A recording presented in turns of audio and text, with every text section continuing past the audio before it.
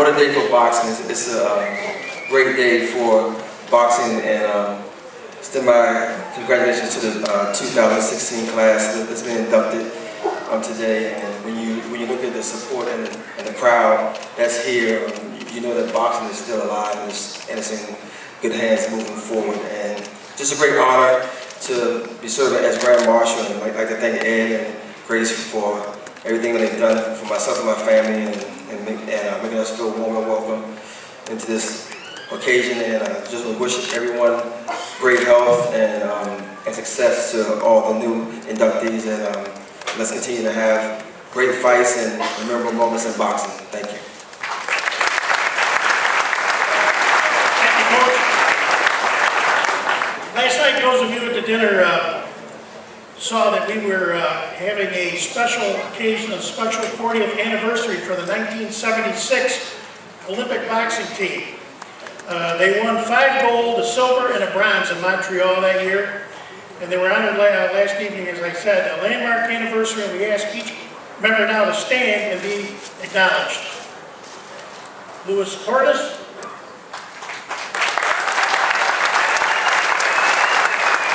Chuck Walker.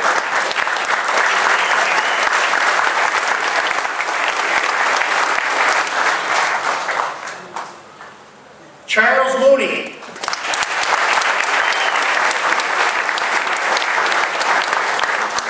Leo Randolph. Leon Spiggs.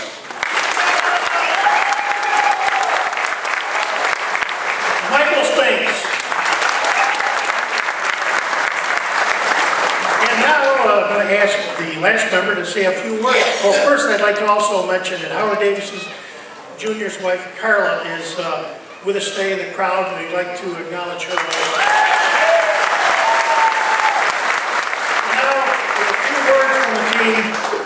Let's call on Sugar Ray Leonard.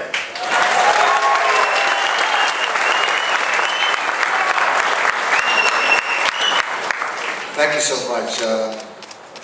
Once again, I'd like to acknowledge the passing of the greatest of all time, Muhammad Ali.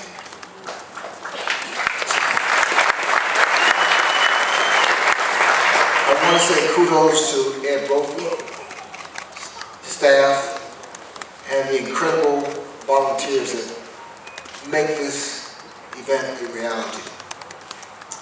I want to say that we should acknowledge the passing of, once again, our teammate, our friend, Howard Davis Jr., and to once again thank his lovely wife, Paula, for maintaining his legacy.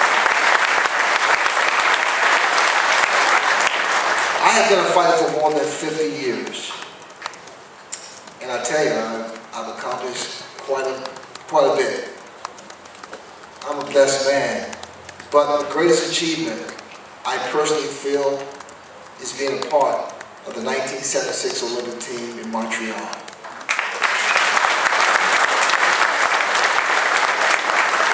I had the opportunity to be amongst some of the greatest fighters and teammates in the world.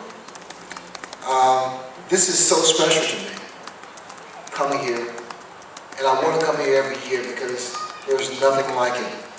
The love, the support, the gratitude, the embracing of love and health.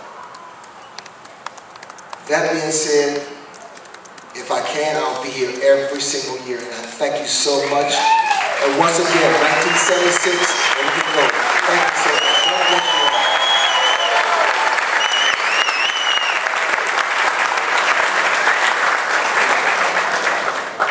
Okay, folks, now we're going to start our induction ceremony, and we're going to first start by the deceased. Going to be helped by Angelo Castani here.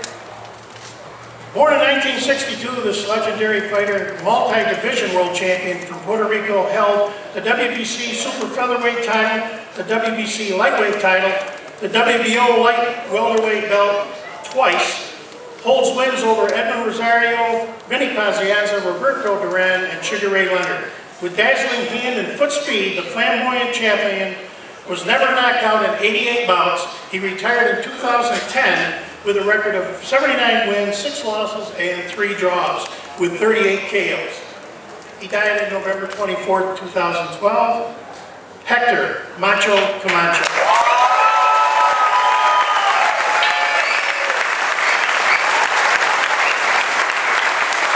Born September 13, 1891 in New Orleans, Louisiana, affectionately known as Mr. Whitey by the countless fighters he mentored. He ran the St. Mary's Italian Gym in the French Quarter for nearly 50 years. Standouts under his tutelage include Ralph Chung, Bernard and Maxie Ducasol, Tony Licata, junior welterweight champions Ralph Dupas and Freddie Little, and Hall of Fame light heavyweight champion Willie Pastrana. A World War Navy veteran, he died on January 20th, 1968 in New Orleans at age 76. Whitey Esnall.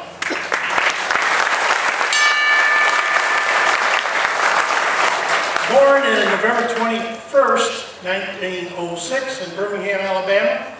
He turned pro in 1924, defeated Freddie Miller in 36 for the WBA World Featherweight title in a thrilling 15-round bout. A series of non-title bouts followed, as well as a successful defenses over Baby Manuel and Miller before dropping the championship to Henry Armstrong in 1937. Retired in 1939 with a record of 102 wins, 23 losses, 12 draws, 10 no decisions, with 25 knockouts. The 5'4" battler died at age 87 on July 3rd, 1994 in Miami, Florida. Petey Sheridan.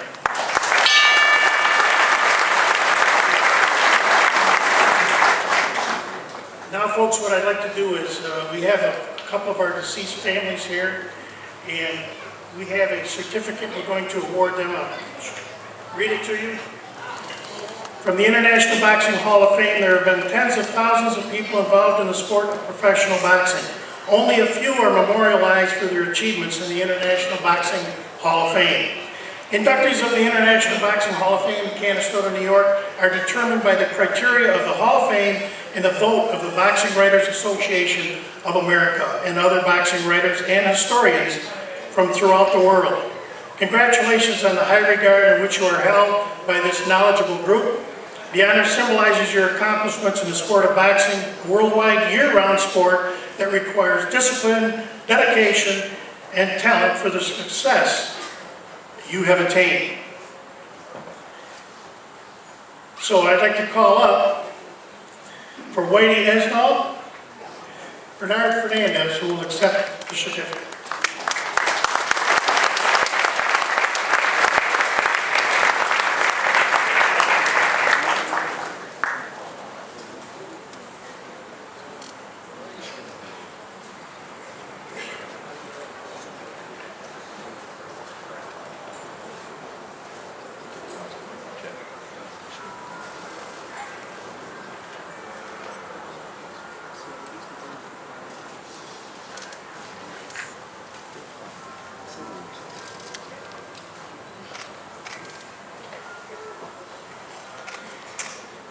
If a tree falls in the forest and there's no one to hear it, does it make a sound? I've pondered that question about Whitey Esnall. In 2006, he was inducted into the Greater New Orleans Sports Hall of Fame, but they could not find any living relatives of his. All his greatest fighters were deceased. He's been gone for 48 years. I got this assignment because I'm a native New Orleanian. I was very familiar with what Whitey did during his career. Great fighters that he trained. So does he deserve to be in the Hall of Fame? I'm going to quote something from Angelo Dundee, and I think everyone here knows about Angelo. He says, as outstanding a teacher as he was, Whitey never sought fame for himself, which is why he never really found it. Guys would come in off the street, and Whitey would train them. They weren't all going to become champions. But Whitey just loved boxing and working with kids. When he did get good prospects, they all blossomed under his tutelage. If Whitey had been at Stillman's gym or Gleason's Gym in New York, turning out fighters like the Dugasons, Dupas, and Pastrana, he'd already be in the Hall of Fame. There's no doubt about that. That was 10 years ago. I will say this. Whitey turned over Pastrana and Dupas to Angelo Dundee. They were fully formed, and he took them to the world titles. Pastrana was in the Hall of Fame here. Angelo was in the Hall of Fame here. Angelo also trained Carmen Basilia. And he trained a young heavyweight named Cassius Clay who went to the 5th Street Gym in Miami, where he saw Bully Pastrana and said, you know, he's got some pretty good moves. And he always said that he incorporated some of Pastrana's moves into his own style. So the answer to the question, if a tree falls in the forest and there's no one there to hear it, does it make a sound? Today, it makes a sound. Whitey Esnall is getting his day in the Hall of Fame. Thank you.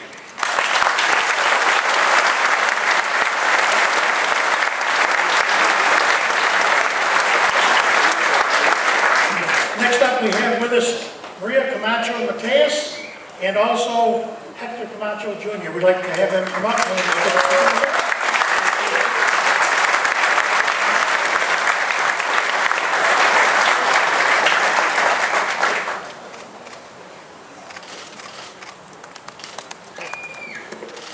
First off, Assalamu alaikum to my Muslim brothers and sisters.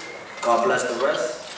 I want to start off by saying my condolences, my prayers, and heart goes out to people in Orlando, Florida, who suffered last night's tragedy, a massacre. My condolences to Ali family, one of the greatest fighters ever. May Allah grant them paradise and peace. What time is it? What time is it? Everybody, we want the great man. Puerto Rico tenemos otro. Que linda bandera, que bonita bandera, que bonita bandera, la bandera puertorriqueña. Well, on my father's behalf, I got to witness what his first hand was. He poured his heart, blood, everything he had into the sport. He was a little crazy, you gotta admit it. He was an active person, a big-hearted father, big-hearted man, a great son. I let my grandma never wait more. I want to give a special thanks to everybody involved in my father's career, but I believe my gatekeeping, of course, mean events. Suleiman, dame chave. You're going to venganza, dame chave, por favor. I want the challenge fight.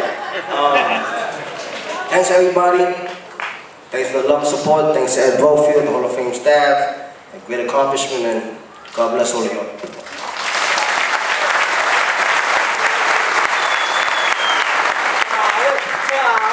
Gracias por querer a mi hijo tanto, tremendo boxeador, es un héroe, buen hijo, nunca me faltó nada con él. Para todo sitio, él cargaba a su mami, y todo era su mami. Bien, un hijo adoración. Gracias, Puerto Rico también, por querer tanto a mi hijo, y gracias a todos, to love my son so much. Thank you very much. Y ese merece lo que él tiene. He deserves what he can get. Thank you, my people. Yours, my people. Thank you for my son. A great, great son.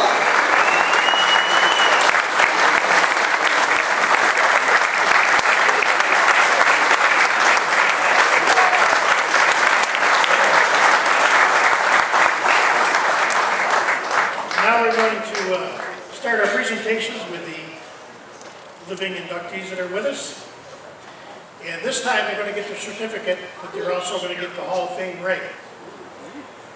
He was born in New York, New York. He graduated from college at Newark, Rutgers in 1952 and was employed at the Newark Star-Ledger after enlisting in the United States Army for the Korean War. After working for the Patterson News and the New York Herald Tribune, in 1962 he accepted an offer to pen a sports column at the Newark Star-Ledger and stayed at the paper until retiring in 2007. His syndicated column captivated readers and earned critical praise for 45 years. In addition of the newspaper work, he created the Sports Extra television show in the 1970s. He hosted an NBC radio show and authored 10 books, including 2009's Through My Eyes, a sports writer, 58-year journey. In 1978, he was awarded the Boxing Writers Association of America Nat Fletcher Award for Excellence in Boxing Journalism. 2016 Hall of Fame inductee from the Observer category, Jerry Izenberg.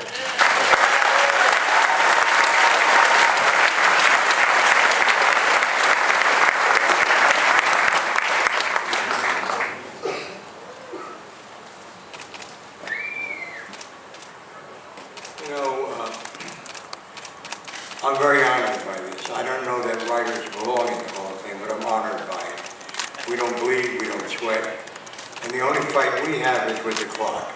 You got to be done in 20 minutes, you better go look for another job. So, life has been very good to me. I've been very lucky. I've covered athletic events in Europe, in Asia, in Africa, and of course in the Western Hemisphere. But I've never been anywhere like Canastota, New York. Never. I am amazed at the way this town has accepted all of us. This is my 15th Hall of Fame. I have never, ever experienced the kind of welcome and the kind of love that I feel here.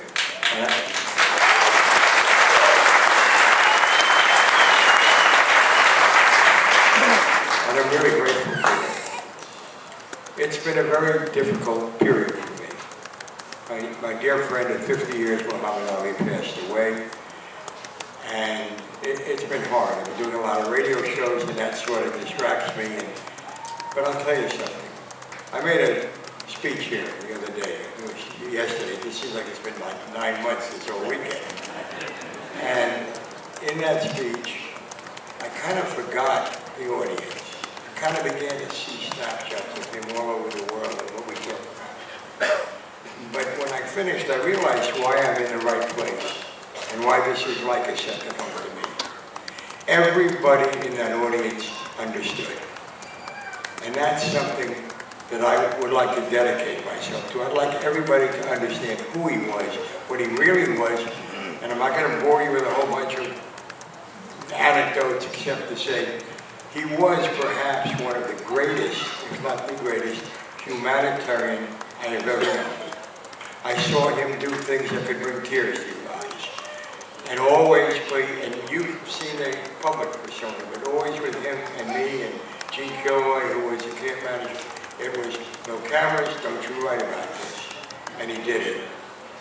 And so I kind of feel, and even the rain, in a way, is symbolic of this town weeping a little bit for a man that they understand, and so many places don't understand him. So that said, I would also like to say something else. To be here is a gift for me. It's a marvelous, marvelous gift. Thank you, thank you, thank you. I don't say thank you very often to anybody, as my wife can tell you. Not enough times to her. But I will never forget this moment. I will never forget this day. And I will never forget any of you. And as long as I can walk, and as long as I can talk, and I suspect the talking will last a lot longer, I'll be here. I'll be back.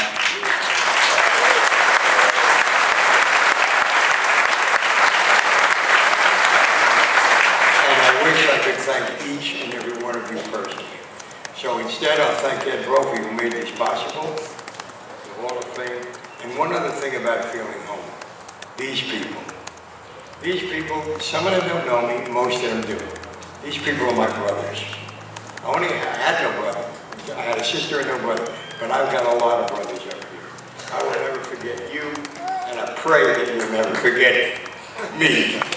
Thank you.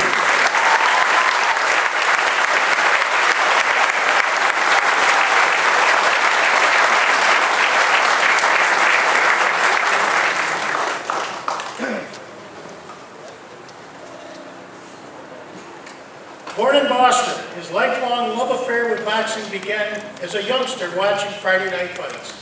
Didn't we all? After graduating from the University of Miami, he broadcast nearly 5,000 Chris Dundee promoted boxing matches in Miami.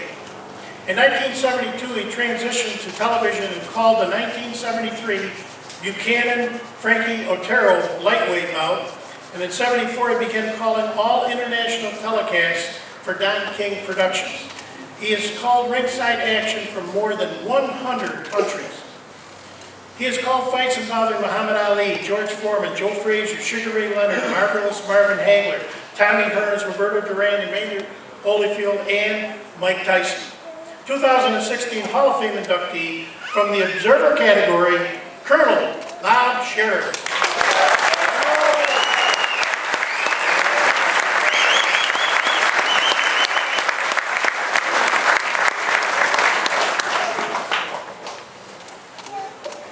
This is absolutely the most humbling day of my life. My very first prize fight that I ever saw was a sophomore at the University of Miami.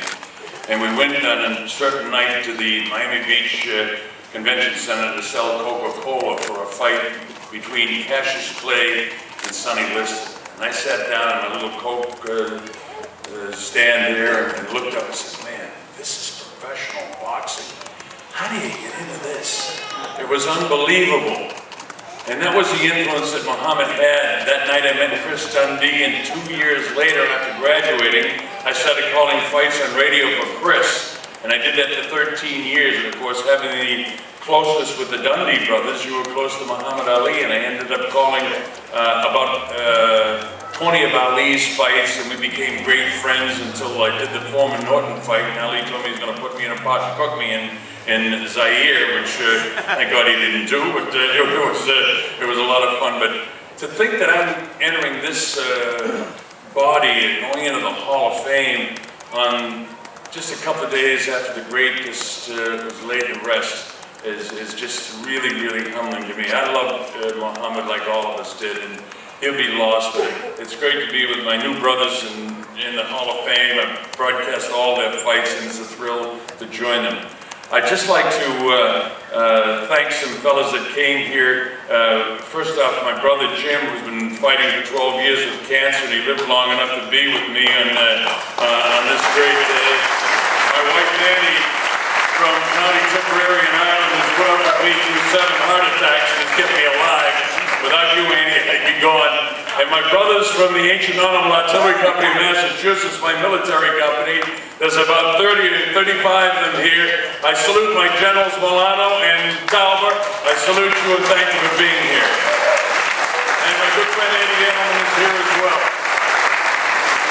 I don't want to be too long, but I just want to say a couple of things. It's hard to get a broadcaster off the mic, but I'll be very brief, I promise, because my legacy is not the 1,000 world title fights that I've done, 50 years in the business, calling all the great fights and being in the front row for the greatest fights in the past 50 years.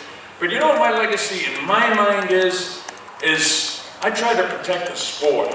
In Zaire in '74, when I heard that fight was being broadcast to 1 billion people live, and I was the lead broadcaster, and I fell into the international commentary, I said, you know something, I got a responsibility to the sport. I love this sport.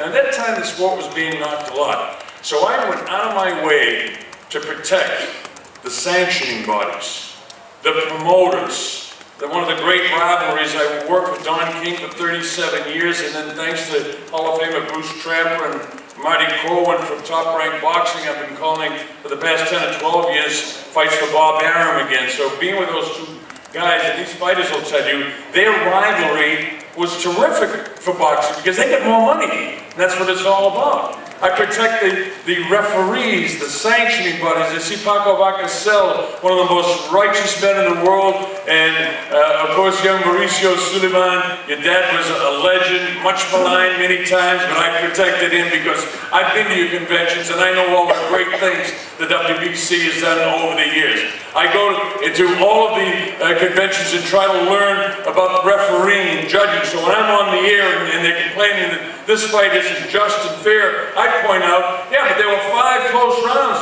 and even professional judges can be separated. So when a fight is over and everyone's saying, oh, there might be a fix. No fix. 5 rounds rounds. The fighter has the responsibility to win those rounds. Don't blame my judges. Don't blame my judges.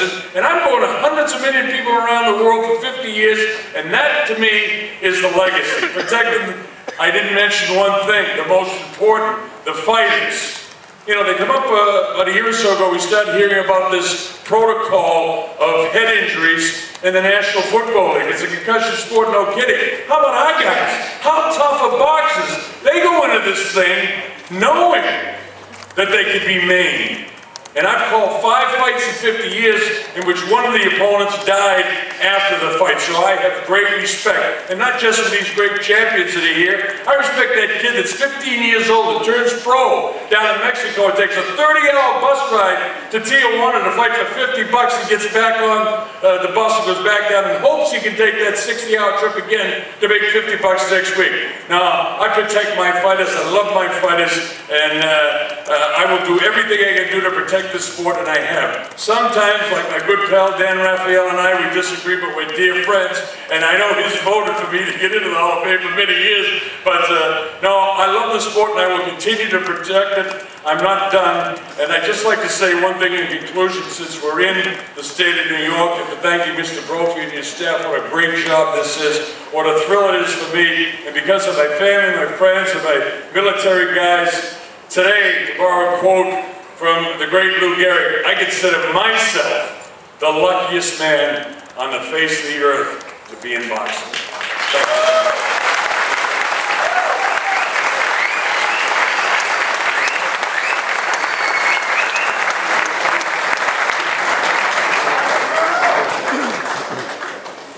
Born in Phoenix, Arizona, his family moved to Pomona, California when he was an infant, and ultimately settled in Las Vegas when he was 11 years old. A lifelong fight fan, he saw such bouts as Carlos Ortiz, Joe Brown, Sugar Ray Robinson, Gene Fuller, Sonny Liston, and Floyd Patterson all live. He began working in boxing as an inspector for the Nevada State Athletic Commission in 1985. In 1987, he was named chief inspector, and following the death of Chuck Maker, he was named the successor in 1992. During his notable tenure, he earned a reputation for his integrity, his knowledge, his accessibility, and his competence. Since leaving the commission, he has worked as the Vice President of Regulatory Affairs for the Ultimate Fighting Championships.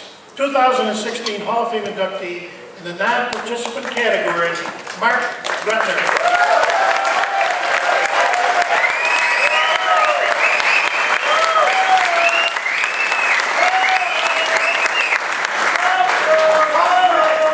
Thanks, Don, for those words. To say that I'm overwhelmed, in awe, and excited would be a real understatement. But first of all, let me thank the fellow inductees. Congratulations to them, to all these Hall of Fame guys that I'm so just in awe of, and certainly to the memory of Ali. This is such a big day for me. Let me thank my family, my wife Jody, and I have my sister here, my kids, my grandchild, my brothers-in-law. I have a cousin here, so it's a big day for the Ratner clan. I want to thank the Nevada Athletic Commission. Obviously, without them, I would not be here.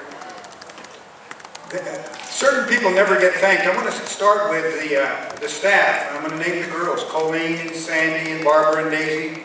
Without a good staff, you can't have a good commission. And there's several of the Nevada officials here today that I'm delighted to see, and some of the referees. So I thank all the officials.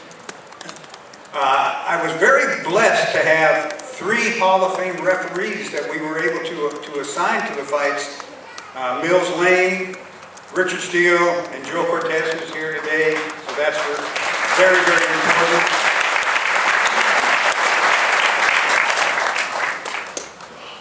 Whatever honors I get in boxing, I always want to honor the memory of my predecessor, Chuck Minker, such a big part of my life, and I always want to dedicate anything I do or get to him.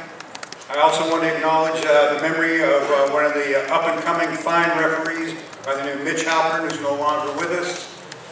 I was very blessed to have many commissioners that I worked with. Three of them that were very much mentors to me. Sig Rovich, Dr. Elias Ghanem, and what makes me very, very happy, Dr. James Nave, who is here today, makes it even more special. Thanks, Dr. Nave. And I want to say a very special hello to my UFC guys, Lorenzo Fertitta, Dana White, Lawrence Epstein, and Kirk Hitler for coming today from Las Vegas. Thank you guys so much.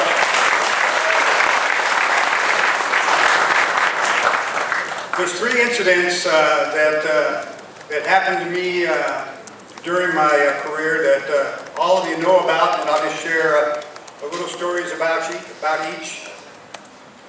First of all, we go to June 1993, outdoors at Caesar's Palace, and to this day I've never seen a more iconic place to hold a fight than at Caesar's Palace. Evander is fighting Riddick Bowe. It's the 7th round, and there's a buzz in the stands, so usually you hear this buzz and you think it's a fight.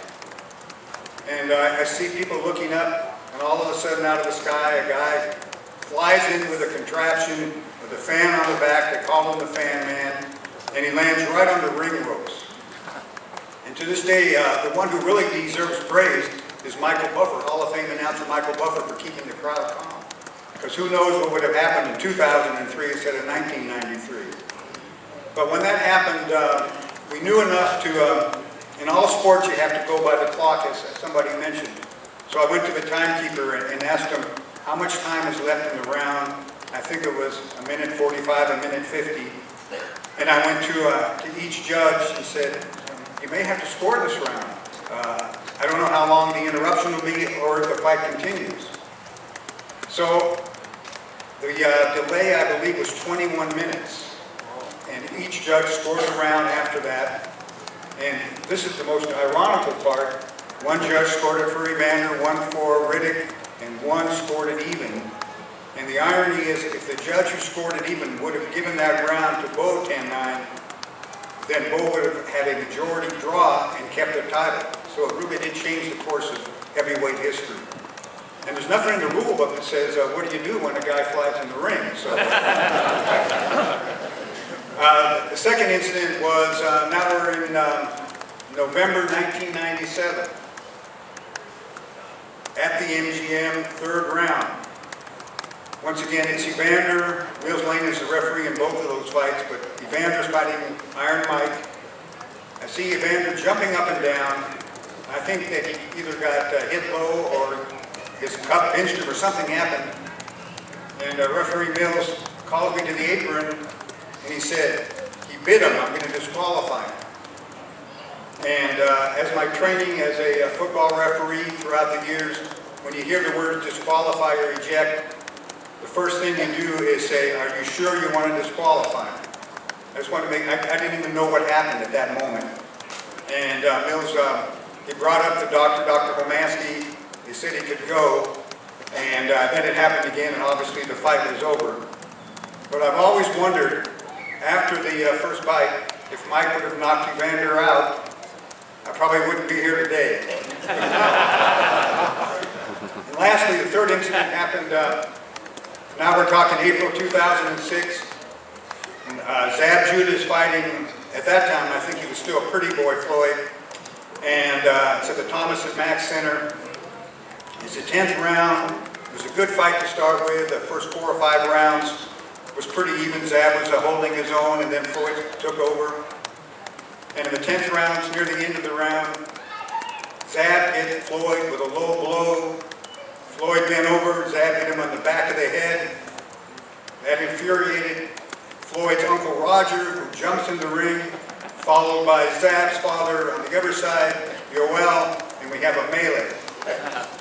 Now there's quite a few people who believe that we should have, right then, DQ'd Floyd. Well, that wouldn't have been fair, he was fouled. So I think the commission did exactly right. They let the fight go to its natural conclusion, and Floyd won the fight.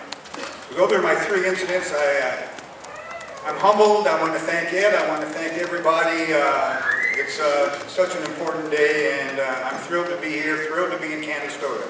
So thank you very much.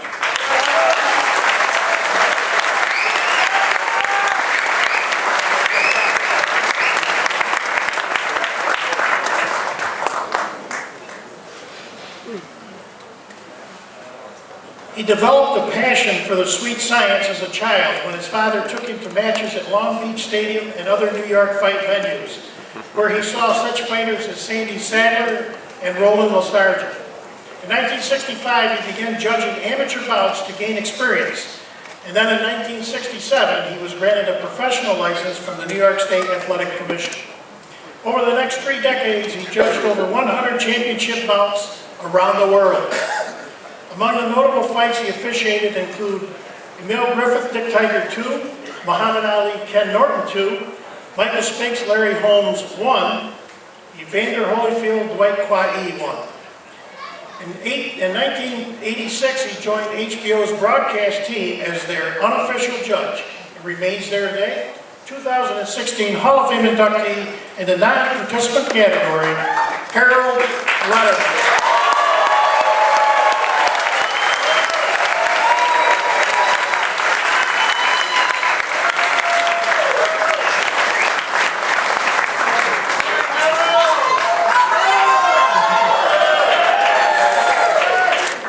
Okay, Jim. Just want to thank a few people and tell one boxing story. You know, it's funny, it's cold out here, and the parade was really cold. I saw a lady selling, she had a lot of money. She was selling sweatshirts, hot chocolate, and blankets. And, you know, I walked over to the fire chief and I said, "You guys must put out a lot of fires." He says, "Are you crazy?" He says, "We started them." Anyway, I walked into the museum, you know, and they got a nice picture, a plaque with Jim Lampley with some beautiful boxing gloves. And then I looked at my picture, and there's me holding a snowball. It's really cold out there. Anyway, I just wanted to thank a few people, and you know, I saw an old friend of mine here today. It's really a good friend, Sam Watson. So I said, "Sam," I said, "I'm so happy that you're here to honor me." I said, "I'm not here to honor you." He says, "I'm here to tell you to thank Al Heyman." So anyway,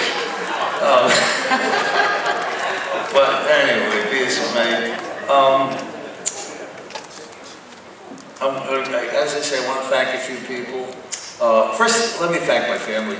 My wife, for 52 years, I don't know how the hell she puts up with me. I fill up the house with junk, you know, with boxing posters, programs, bout sheets. You know, you can't walk in a damn house. You got to push the programs out of the way to get into my house. My wife, for 52 years, the lovely Eileen Lederman. Please stand up, Eileen.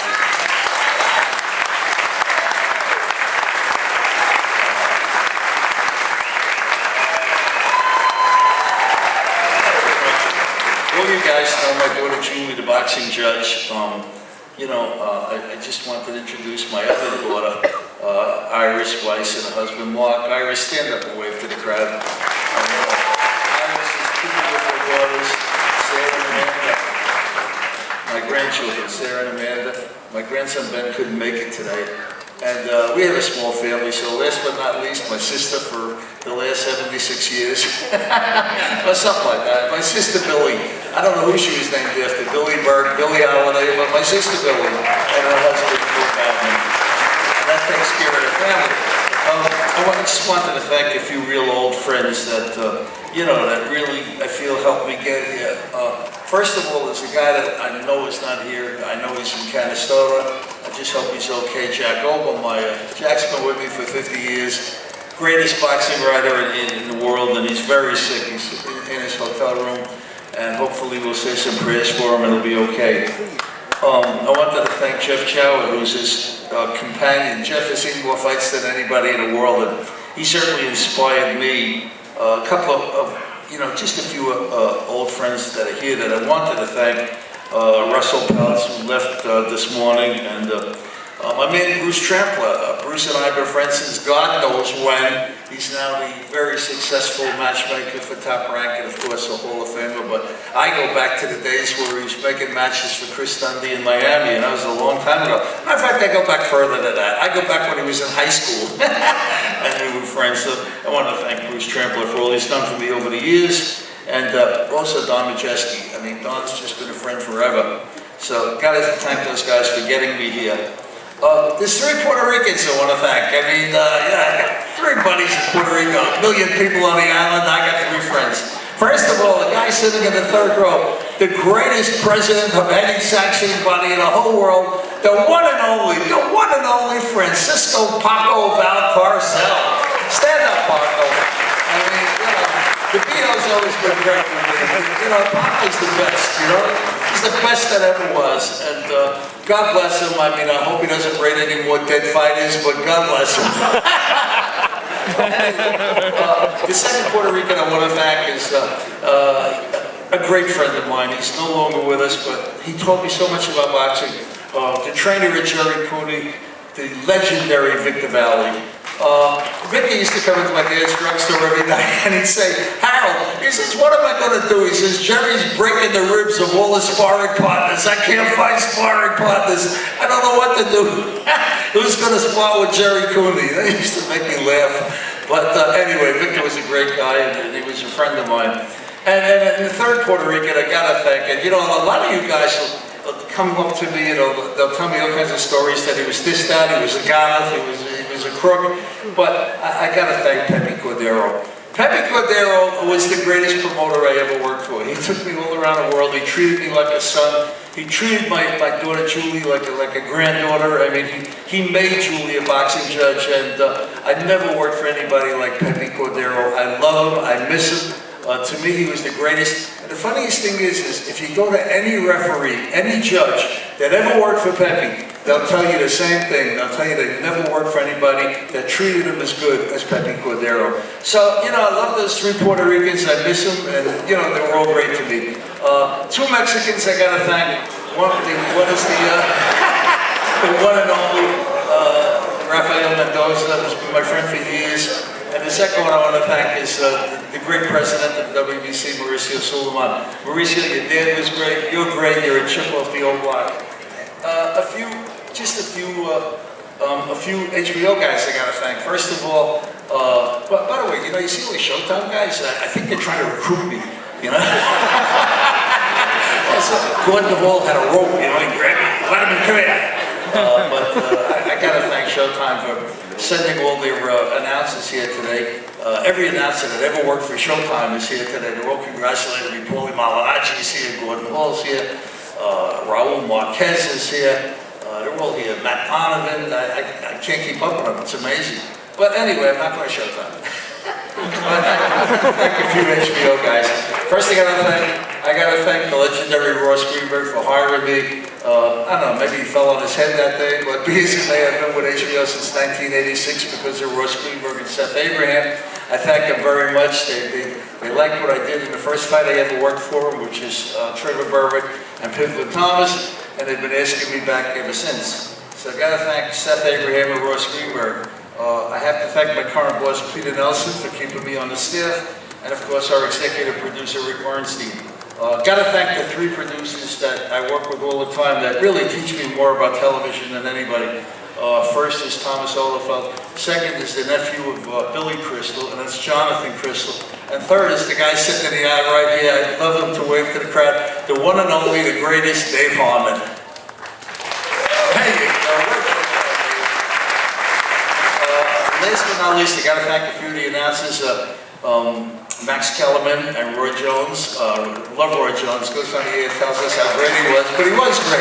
You can't deny it, you know? And the guy that's been just pushing for me for the past year, I love him, the one and only Jim Lampley. Gotta thank Jim.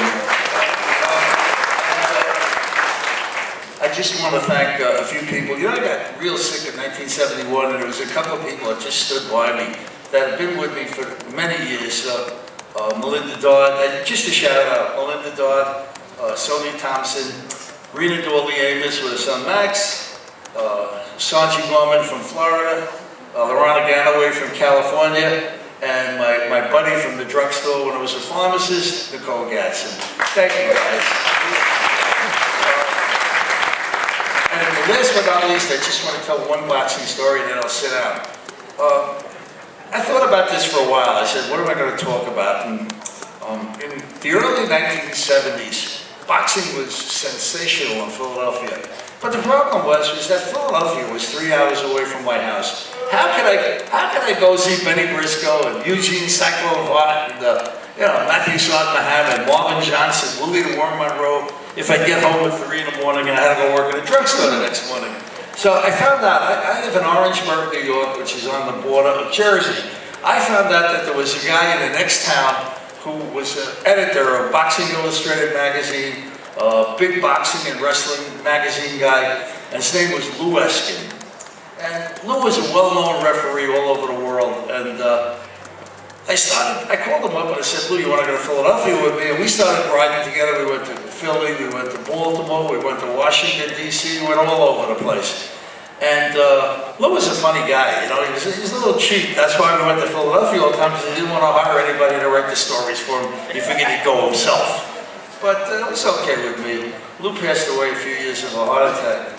But the one thing he taught me was honesty and integrity, and I'm telling you, he was honest. As I say, he was a referee all over the world, and I remember December 1971, Pat O'Grady, a promoter, put on a show in Des Moines, Iowa. Jerry Quarry was fighting Lou Bailey, and Lou Eskin was the referee. And in the first round, Quarry drops Bailey 3 times, and Eskin wasn't going to let Bailey quit. There was no way Eskin was going to let anybody quit. So Lou leans down and he says to Lou Bailey, if you don't get up, you ain't getting paid. And Lou Bailey went 10 rounds with Jerry Quarry, and Jerry Quarry hated Eskin. Quarry had him out in the first round, and Eskin wouldn't let Bailey quit. And Jerry had to work like hell for 10 rounds to win a decision. So Jerry Quarry always hated Lou Eskin, but it showed the kind of person that Lou was. And there was one night, I'll never forget this, in the early 70s, where Lou Eskin gets a call from a promoter in Delaware by the name of Frank Gelb, a famous promoter that promoted Atlantic City for a long time. And he says to Lou, would you come down and referee a show for us tonight and bring Harold Lederman along to judge? Eskin calls me up and he says, Harold, he says, we've got a show tonight in Wilmington, Delaware. I says, Lou, are you nuts? I says, it's going to be a snowstorm tonight. I said, what, are you out of your mind? We're going to go there in a snowstorm? Eskin says, yeah, we're going to go. All right. So we went to Wilmington, Delaware, 4 hours from the house. So anyway, they had a guy, one of the Tiberius was fighting. Wilmington, Delaware is loaded. Everybody that fights out of Wilmington, Delaware is named Tiberius. But anyway, he was fighting one of the great divers of all time. A guy from South Philly named Prince Nikita Tar-Haka. And Tar-Haka, you know, he's one of these guys that would come along just to, you know, fight 2 rounds, fall down, and he'd get a payday.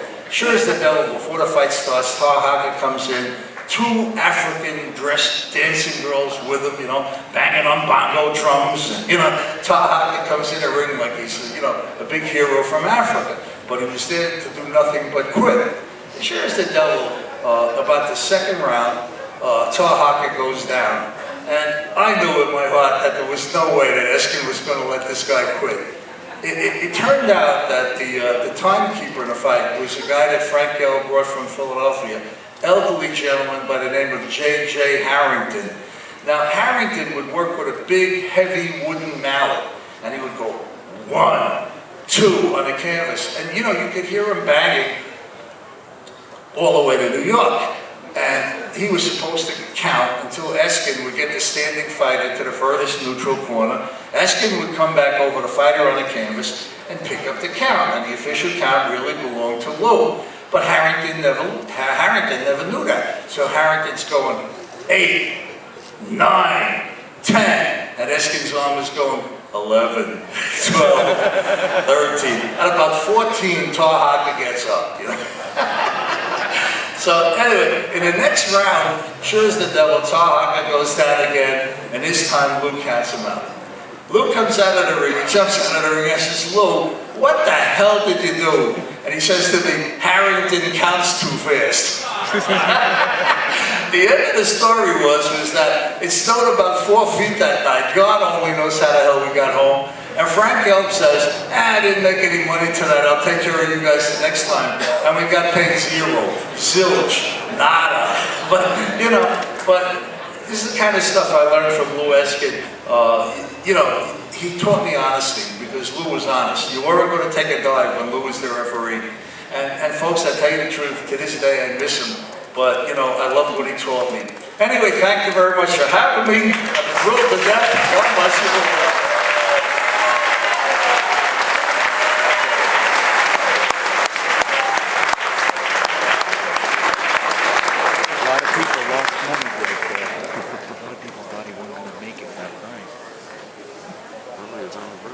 Born August 19, 1958 in Panama City, Panama, he began boxing as an amateur in 1974 before making his professional debut in 77. He captured the WBC light flyweight title in 1985 and had 8 successful defenses before losing his title to Amanda Ursura in 1982. I correct myself, he won the title in 80. And lost in 82. He recaptured the title from Tadasha Tomari and defended it 2 times.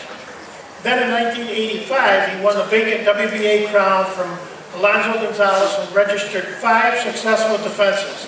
During his career, he competed in 24 world title bouts. 2016 Hall of Fame inductee Hilario Zapata, and he's going to be joined by his son.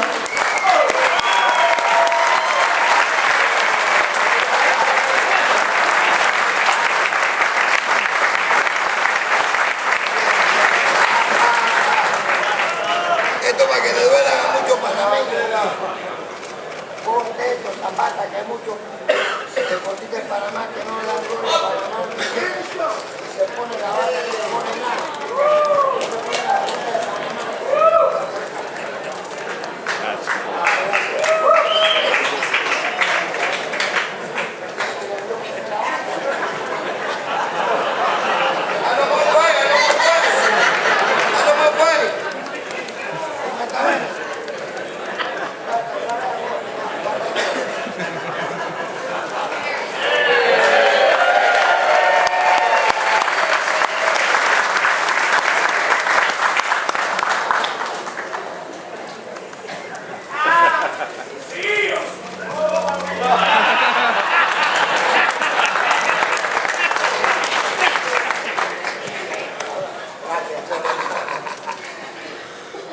Buenas tardes.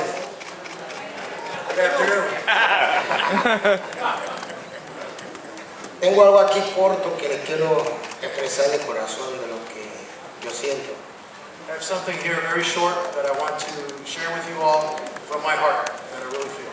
Sí, pero primeramente quiero darle las gracias a Dios, a nuestro Señor Jesucristo, que es mi Salvador, porque me tiene aquí delante de ustedes, dándole gracias. Ustedes que son un público bien selecto, realmente me siento satisfecho. I would like to say thank you to God, my Savior Jesus Christ, for being able to be here with all of you sharing this moment. A los coordinadores del Salón de la Fama también le doy las gracias también, pero sé que Dios fue el que le puso mi nombre en su mente y en su corazón para que nominaran y trajeran aquí a Lederman and Zapata a recibir este galardón del Salón de la Fama.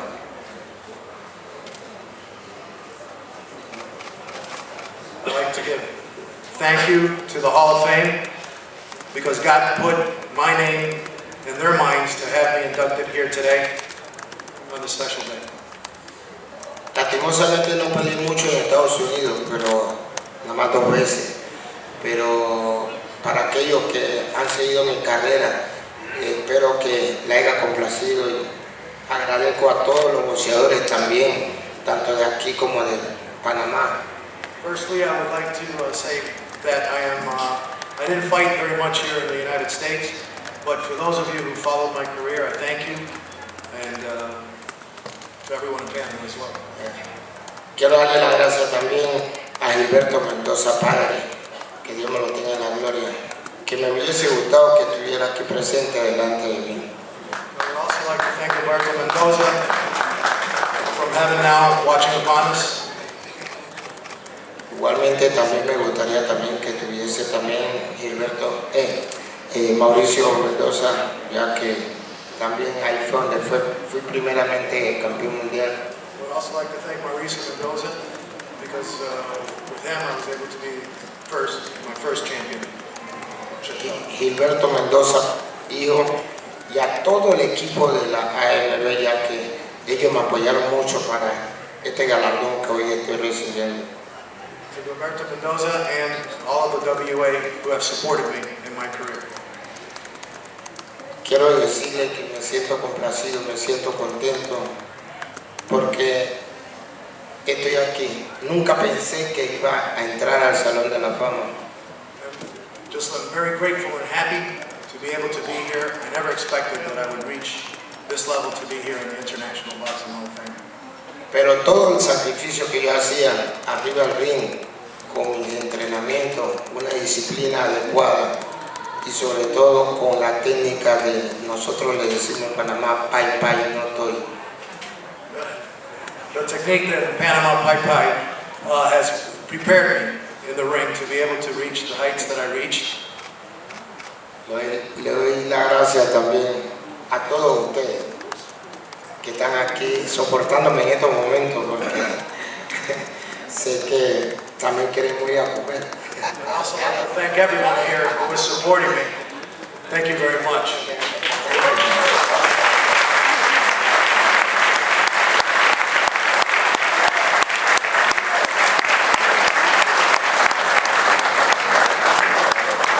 By the way, our interpreter was Juan Casado. Thanks, Juan. Born in Mexico as a youth, his hero was Ruben Olivares. He turned pro in 1974 and became the WBC Bantamweight champion with a 15-round victory over Carlos Zarate. After an impressive run of 8 successful defenses, including wins over Alberto Sandoval, Johnny Owens, Alberto Davila, and he vacated his title to pursue a championship at 122 pounds. 1982, he challenged the WBC Super Bantamweight champion Wilfredo Gomez and lost a classic matchup in 14 rounds. But then in 85, he became a 2-division titleist with a 12-round decision over John Mesa. For the WBC Super Bantamweight belt, 2016 Hall of Fame inductee in the modern category, Lupe Pintor. He'll be joined by this song.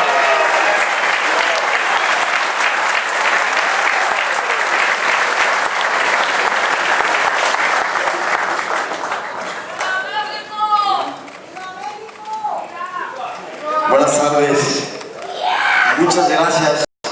Para mí es un honor, algo pues que tal vez algún día lo soñé. Cuando inició mi carrera, muy jovencito, a los 13 años empecé a entrenar, soñando que tal vez algún día pues, podría ser como Rubén Olivares, como Cassius Clay, que para mí siempre han sido mis más grandes ídolos en el boxeo. Hello, good afternoon. I'm really happy and honored to be here this day with you. This was a dream to me when I was a child, when I began to box at the 13 years old. To be here with these champions like Rubén Olivares, that was always a stereotype to me to be this type of boxer. Me siento muy honrado, muy orgulloso, siempre de haber representado al mejor organismo de boxeo, Consejo Mundial de Boxeo. Sé que ese hombre tan fabuloso como lo fue don José Sulaimán, también quiero estar muy agradecido con quien me enseñó los primeros pasos en el boxeo, don Jorge Ugalde, mi manager que me supo manejar, llevar por ese camino tan acertado, don Arturo El Cuyo Hernández, que están también aquí en el Salón de la Fama, y para mí pues es un honor estar entre ellos, ya que formamos parte de un equipo que alcanzó muchos logros. I'm really honored to represent the CMB Council.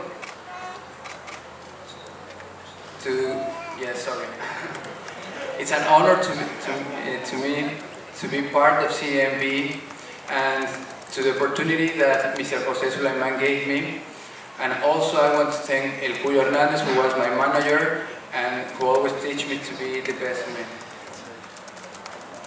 Y también a este público de Estados Unidos que me dio la oportunidad, que me recibió muy jovencito, con mis primeras peleas en peso mosca. Afortunadamente pues también pude haber conseguido ese título, pero embarnecí, crecí y no tuve la oportunidad.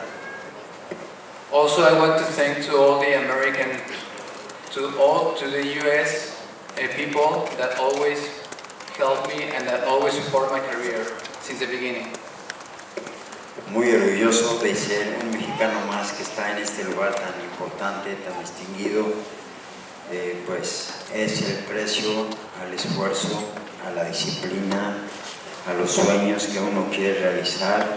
Para mí fue una gran satisfacción, un honor representar a mi patria, representar a mi gente, no quedarles mal, y bueno, para mí más que nada eso es una gran satisfacción. A real honor to represent my country, to be here today with you and to be part of this Hall of Fame. Le doy gracias a mis padres porque me trajeron al mundo. Le doy gracias a mi padre también porque es un hombre muy enérgico, muy exigente. Eso fue parte de forjar una disciplina para tener el éxito.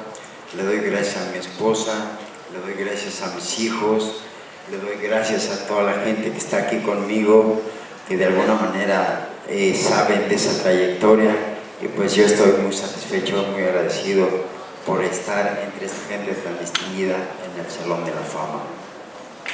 I want to thank my family, my wife, my friends that are here today with me, and my children. Gracias, espero que hoy se les bendiga. Gracias por todo el trabajo.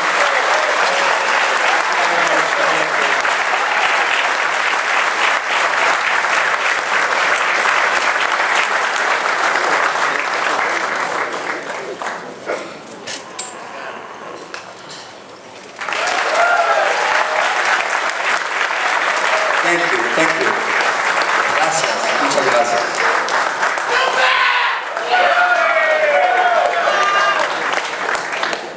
2016 class. Folks, let's give them a hand.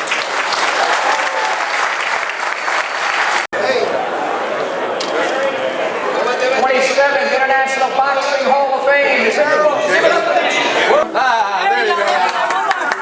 There you go.